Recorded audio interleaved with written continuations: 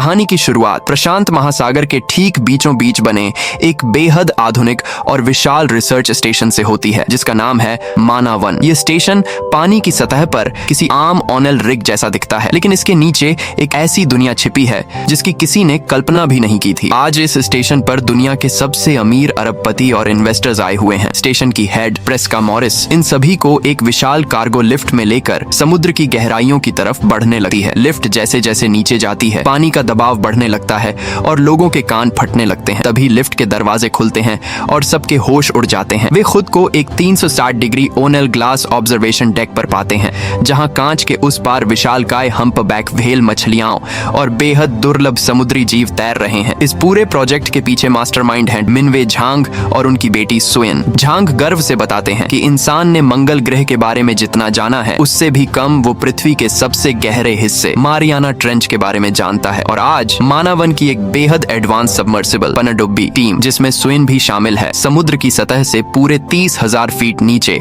Mariana trench की उस गहराई में उतर चुकी है जहां आज तक कोई इंसान नहीं पहुंच पाया। मिशन कंट्रोल रूम में बैठे सभी लोग बड़ी उत्सुकता से स्क्रीन पर नजरें गड़ाए हुए हैं, जहां नीचे गई पनडुब्बियों के लाइव सिग्नल्स और उनके अंदर मौजूद क्रू मेंबर्स के दिल की धड़कनें साफ दिखाई दे रही हैं। लेकिन जैसे ही पनडुब्बियां मारियाना ट्रेंच के बिल्कुल निचले हिस्से यानी उसके बॉटम को छूती हैं, अचानक वहां लगे सेंसर्स और कैमरों में कुछ ऐसा अजीब दिखाई देता है जो विज्ञान के हर नियम के खिलाफ था। कंप्यूटर स्क्रीन्स पर क्रू मेंबर्स के हार्ट रेट्स अचानक से आसमान छूने लगते हैं। कंट्रोल रूम में सन्नाटा पसर जाता है। नीचे गहराई से आ रही आवाजें और चीखें ये साफ बयां कर रही थीं कि वहां अंधेरे में कुछ बहुत ही भयानक मौजूद है। इससे पहले कि सुएन और उसकी टीम कुछ समझ पाती, तभी एक जोरदार धमाका होता है और मलबे के टकराने से सुएन की पनडुब्बी बुरी तरह डैमेज हो जाती है। पनडुब्बी में पानी भरने लगता है और एयर प्रेशर तेजी से गिरने लगता है, जिससे चारों तरफ अलार्म गूंज उठते हैं। ऊपर कंट्रोल रूम में खलबली मच जाती है। झांग और मॉरिस को समझ आ जाता है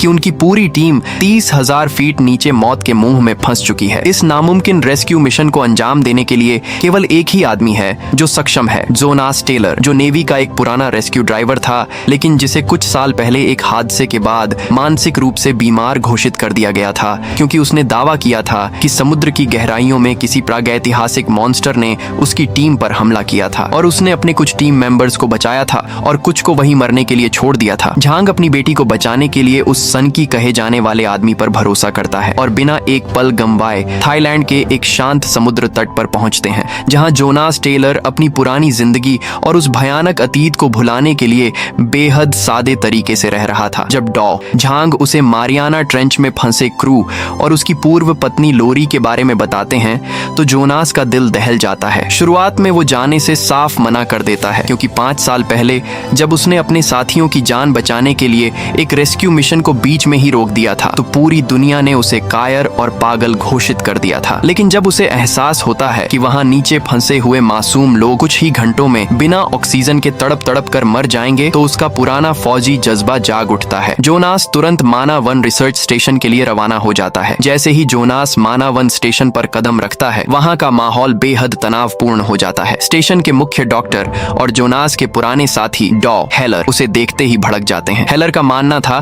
कि जोनास मानसिक रूप से पूरी तरह अस्थिर है और उसे इस मिशन पर भेजना बाकी लोगों की जान को भी जोखिम में डालना होगा। दोनों के बीच तीखी बहस होती है। इसी बीच मिशन कंट्रोल रूम में अचानक से अलार्म बजने लगते हैं। नीचे फंसी पनडुब्बी का लाइफ सपोर्ट सिस्टम तेजी से फेल हो रहा था और उनके पास सिर्फ 2 घंटे का समय बचा था। सुएन जोनास के आने का इंतजार किए बिना खुद एक मिनी सबमर्सिबल लेकर अपनी टीम को बचाने के लिए मारियाना ट्रेंच की खौफनाक गहराई में उतर जाती है। सुएन की पनडुब्बी जैसे ही उस डैमेज एरिया के करीब पहुंचती है, समुद्र की उस अंधी गहराई में अचानक एक विशालकाय परछाई मंडराने लगती है। सुएन की स्क्रीन पर लगे सेंसर्स थरथराने लगते हैं। तभी एक डरावनी और गूंजती हुई आवाज के साथ पानी के नीचे एक ऐसा जीव सामने आता है जिसकी लंबाई किसी 7 मंजिला इमारत से भी ज्यादा थी। वो कोई आम शार्क नहीं थी, बल्कि प्रागैतिहासिक काल की मेगालोडोन शार्क थी, जिसे विज्ञान लाखों साल पहले ही विलुप्त मान चुका था। मेगालोडोन सीधे सुएन की पनडुब्बी पर हमला कर देती है। भारी दबाव और शार्क के जानलेवा झटकों की वजह से सुएन की पनडुब्बी का कांच चटकने लगता है। सुएन मौत के बिल्कुल करीब थी और ऊपर कंट्रोल रूम में बैठे उसके पिता डॉ झांग लाचार होकर अपनी बेटी को मरते हुए देख रहे थे। तभी अंधेरे को चीरते हुए जोनास की एडवांस रेस्क्यू पनडुब्बी वहां पहुंचती है। जोनास बेहद चालाकी से अपनी पनडुब्बी की तेज लाइट लाइटें मेगालोडोन की आंखों पर मारता है, जिससे वो विशाल शार्क कुछ पलों के लिए अंधी होकर पीछे हट जाती है। जोनास बिना समय गंवाए सुइन और फंसी हुई टीम की पनडुब्बी के साथ डॉकिंग प्रक्रिया शुरू करता है, लेकिन मेगालोडोन को गुस्सा आ चुका था और वो दोबारा पूरी ताकत से इनकी तरफ बढ़ रही थी। जोनास के पास बाकी क्रू को बचाने के लिए केवल चंद सेकंड्स का समय था और एक छोटी सी भी चूक उन सभी को हमेशा के लिए समुद्र की इस अनंत कब्र में दफन कर सकती थी। जोनास अपनी रेस्क्यू पनडुब्बी को फंसी हुई टीम की डैमेज्ड सबमर्सिबल के साथ जोड़ने की कोशिश कर रहा था, लेकिन मेगालोडोन शार्क लगातार उन पर जानलेवा हमले कर रही थी। शार्क की हर टक्कर के साथ पनडुब्बियों के आपस में जुड़े मेटल के जोड़ चरमरा रहे थे। जोनास जानता था कि अगर ये लॉकिंग सिस्टम टूटा तो पानी का भयानक दबाव उन सभी को एक पल में कुचल कर रख देगा। वो जैसे तैसे लोरी और बाकी क्रू मेंबर्स को अपनी पनडुब्बी में खींचता है, लेकिन तभी मेगालोडोन एक बेहद आक्रामक और सीधा वार करती है। पनडुब्बी का एक हिस्सा बुरी तरह पिचक जाता है।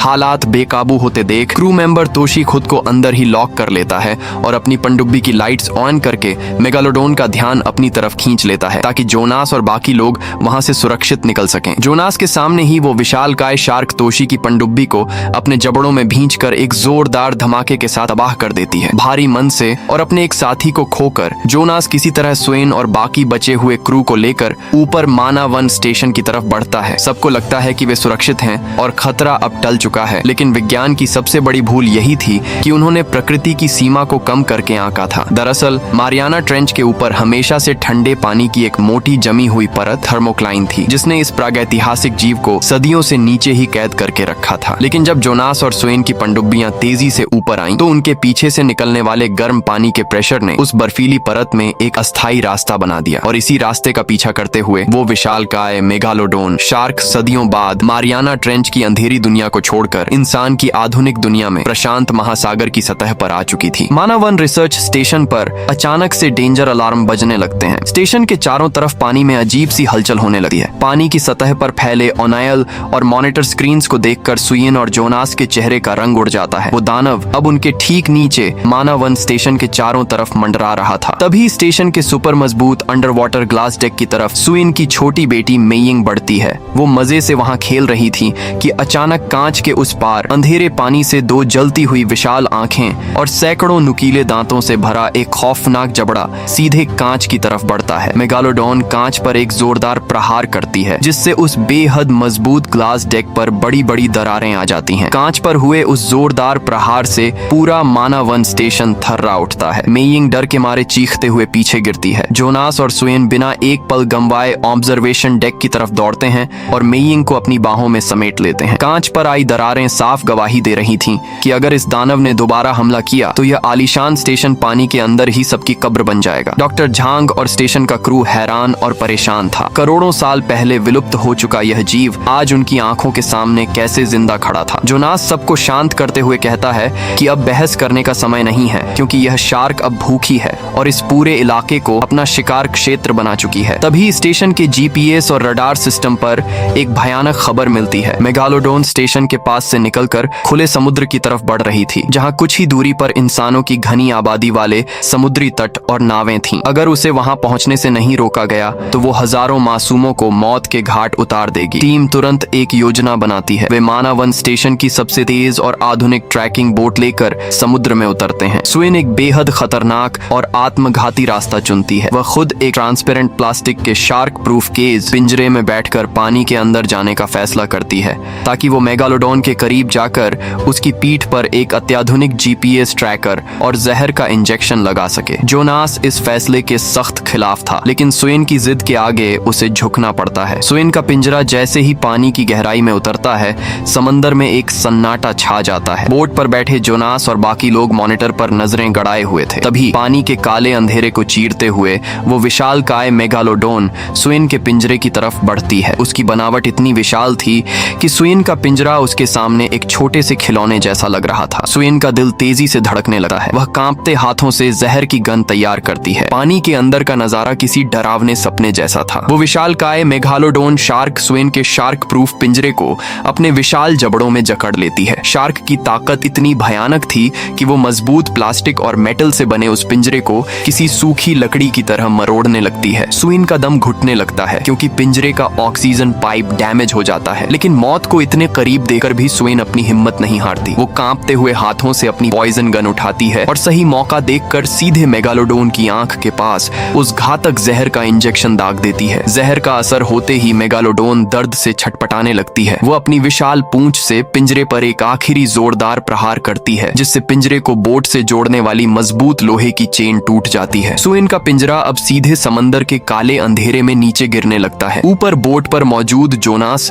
यह सब देख रहा था। वो बिना एक पल गंवाए अपनी जान की परवाह किए बिना पानी में छलांग लगा देता है। जोनास तेजी से तैरते हुए नीचे जाता है और डूबते हुए पिंजरे का दरवाजा खोलकर सुइन को बाहर निकाल लेता है। ठीक उसी पल जहर के असर से वो विशाल शार्क शांत हो जाती है और पानी की सतह पर उल्टी होकर तैरने लगती है। बोट पर मौजूद पूरी टीम खुशी से झूम उठती है। उन्हें लगता है कि उन्होंने समंदर के सबसे बड़े शैतान को मार गिराया है और इंसानों की जीत हो चुकी है। वे भारी भरकम क्रेन की मदद से उस विशाल शार्क की लाश को बोट पर खींच लेते हैं। सभी लोग उस मरे हुए जीव के साथ तस्वीरें खिंचवाने लगते हैं और राहत की सांस लेते हैं। लेकिन जोनास का फौजी दिमाग अब भी शांत नहीं था। वो शार्क के घावों और उसके आकार को ध्यान से देख रहा था। तभी जोनास को महसूस होता है कि इस शार्क के दांतों के निशान की पनडुब्बी पर हुए हमले के निशान आपस में मेल नहीं खा रहे हैं। अभी जोनास अपनी बात झांग को समझा ही रहा था कि अचानक बोट के नीचे का पानी बड़ी तेजी से उबलने लगता है। समंदर की गहराई से एक ऐसा खौफनाक और गूंजता हुआ गर्जन सुनाई देता है जिसे सुनकर बोट पर मौजूद हर इंसान के रोंगटे खड़े हो जाते हैं। इससे पहले कि कोई कुछ समझ पाता,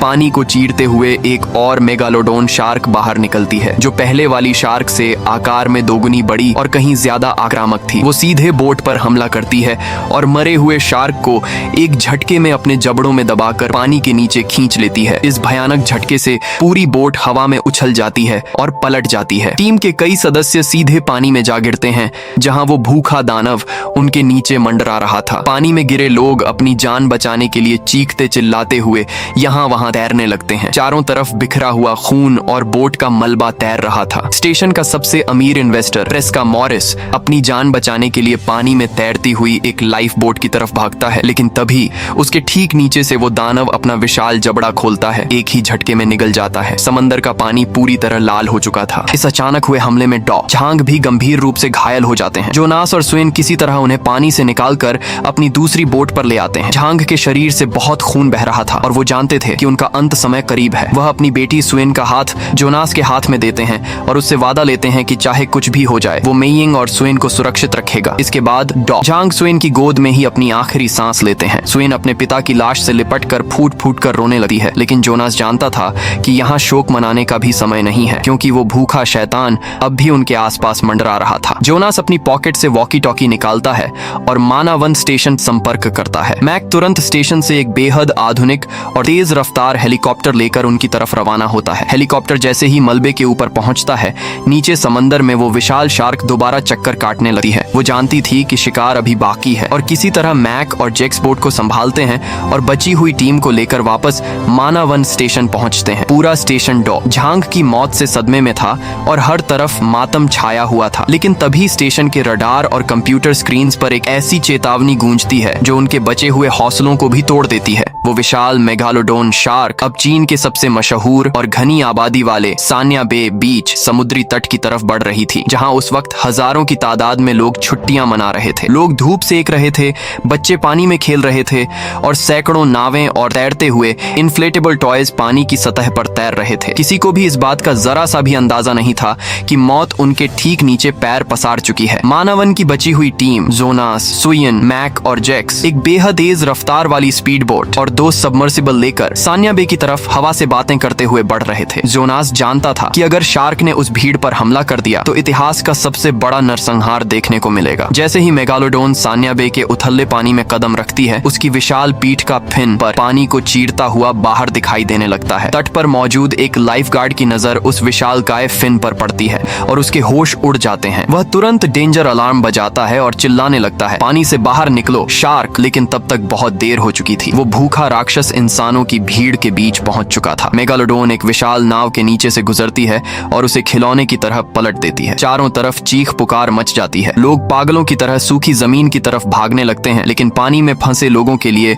वो दानव यमराज बन चुका था। वो एक एक करके लोगों को जिंदा निगलने लगती है। ठीक उसी वक्त जोनास और सुइन अपनी स्पीड बोट के साथ वहां पहुंचते हैं। शार्क का ध्यान भटकाने बचाने के लिए सुइन एक बेहद खतरनाक तरकीब अपनाती है। वो पानी में एक ऐसा ऑडियो डिवाइस छोड़ती है जो हम्पाबैक व्हेल की आवाज निकालता है। मेगालोडोन, जो व्हेल मछलियों का शिकार करना पसंद करती थी, इंसानों को छोड़कर तुरंत उस आवाज की तरफ मुड़ जाती है। जोनास अपनी मिनी सबमर्सिबल पनडुब्बी में कूदता है और पानी के अंदर उस दानव का सामना करने के लिए तैयार हो जाता है। योजना यह थी कि शार्क को इंसानों से दूर गहरे पानी में ले जाया जाए और वहीं उस पर हमला किया जाए, लेकिन वो प्रागैतिहासिक जीव बेहद चालाक था। जैसे ही उसे एहसास होता है कि उसे धोखा दिया जा रहा है, वो व्हेल की आवाज वाले डिवाइस को चबाकर नष्ट कर देती है और अपना रुख सीधे जोनास की छोटी सी पनडुब्बी की तरफ कर लेती है। जोनास की स्क्रीन पर शार्क की रफ्तार दिखाई दे रहा था। वो सीधे जोनास की तरफ बढ़ रही थी और इस बार उसके जबड़े पूरी तरह खुले हुए थे और पानी के अंदर मौत की रफ्तार इंसानी सोच से कहीं ज्यादा तेज थी। जोनास की मिनी सबमर्सिबल पनडुब्बी की तरफ वो विशाल मेगालोडोन शार्क पूरी ताकत से बढ़ रही थी। जोनास जानता था कि इस प्रागैतिहासिक जीव की चमड़ी इतनी मोटी है कि इस पर कोई भी आम हथियार बेअसर साबित होगा। जैसे ही शार्क बिल्कुल करीब आती है,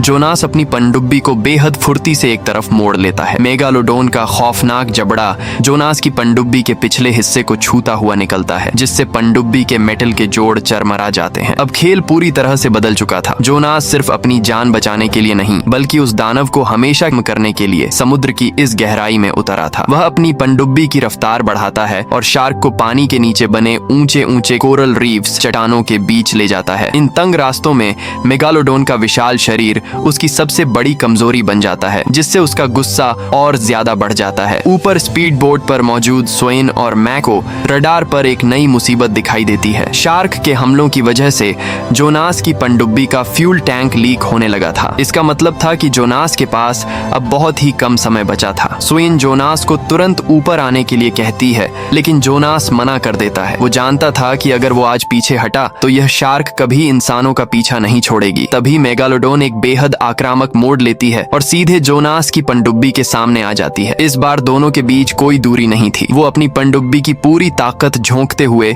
सीधे शार्क के खुले हुए मुंह की तरफ बढ़ता है। पनडुब्बी का नुकीला ब्लेड मेगालोडोन की आंख को चीरता हुआ उसके सिर के आर पार हो जाता है। समंदर का पानी एक बार फिर खून से लाल हो जाता है, लेकिन यह लड़ाई अभी खत्म नहीं हुई थी। तड़पती हुई शार्क ने अपनी विशाल पूंछ से घातक प्रहार किया कि पनडुब्बी के परखच्चे उड़ गए और जोनास सीधे पानी के बीचों बीच बिना किसी सुरक्षा के आ गया। उसके पास अब कोई सुरक्षा कवच नहीं था। वो विशालकाय मेगालोडोन शार्क पागल हो चुकी थी। उसकी आंख से बहता हुआ खून समंदर के पानी में घुल रहा था, जिसने उसके भीतर के शिकारी को और भी ज्यादा हिंसक बना दिया था। वो अपने सैकड़ों नुकीले दांतों से भरे डरावने जबड़े को खोलकर सीधे जोनास की तरफ झपटी, लेकिन जोनास एक अनुभवी नेवी ड्राइवर था। उसने घबराने की बजाय अपने दिमाग का इस्तेमाल किया। जैसे ही शार्क उसे निगलने के लिए बिल्कुल करीब आई, जोनास ने अपनी स्पीयर गन उठाई और निशाना साधकर एक जहरीला पॉइजन डार्ट सीधे मेगालोडोन की दूसरी आंख के अंदर उतार दिया। जहरीला डार्ट लगते ही शार्क दर्द से तड़प उठी, लेकिन असली ट्विस्ट अभी आना बाकी था। मेगालोडोन के शरीर से इतना खून बह चुका था कि उस खून की गंध सूंघकर समुद्र की गहराई से सैकड़ों भूखी और खतरनाक आम शार्क वहां पहुंच गईं। उन छोटी शार्कों ने मिलकर और उसे जिंदा नोचना शुरू कर दिया। पानी के अंदर चल रही इस खूनी जंग की वजह से पानी पूरी तरह लाल हो चुका था। सोइन को समझ आ गया था कि जोनास अकेले उस खतरनाक माहौल में ज्यादा देर टिक नहीं पाएगा। वो बिना एक पल गंवाए पानी में कूद जाती है ताकि जोनास को उन शार्कों के बीच से सुरक्षित बाहर निकाल सके। पानी के अंदर सैकड़ों भूखी शार्क मिलकर उस विशालकाय मेगालोडोन को जिंदा नोच रही थीं। मेगालोडोन तड़पते हुए हमेशा के लिए समुद्र की गहराइयों में समा जाती है। तबाही मचाने वाला वो प्रागैतिहासिक दानव आखिरकार मारा जाता है, लेकिन जोनास अब भी उसी खूनी पानी के बीच खुला तैर रहा था जहां चारों तरफ शार्क मंडरा रही थीं। ठीक उसी पल सोइन अपनी सबमर्सिबल पनडुब्बी लेकर वहां पहुंचती है और बेहद फुर्ती से जोनास को सुरक्षित पानी से बाहर खींच लेती है। जोनास और सोइन किसी तरह तैरते हुए मैक की बोट पर वापस आ जाते हैं। तट पर मौजूद हजारों लोग जान बचाने के लिए भाग रहे थे। अब इस नजारे को देखकर राहत की सांस लेते हैं। जोनास और सोइन ने न सिर्फ अपनी जान बचाई थी, बल्कि पूरी इंसानियत को एक प्रागैतिहासिक प्रलय से सुरक्षित कर लिया था। फिल्म के आखिरी सीन में हम देखते हैं कि बोट पर जोनास, सोइन और छोटी बच्ची मेइयिंग एक साथ बैठे हुए हैं। मेइयिंग उन दोनों को एक साथ देखकर मुस्कुराती है। जोनास और सोइन एक दूसरे का हाथ थामते हैं और उनके चेहरों पर एक थकी हुई लेकिन बेहद खूबसूरत और सुकून भरी मुस्कान आ जाती है। समंदर की लहरें अब पूरी तरह शांत थीं, मानो वो इंसानों के इस अदम्य साहस की कहानी को अपने भीतर समेटे हुए चुपचाप बह रही हों।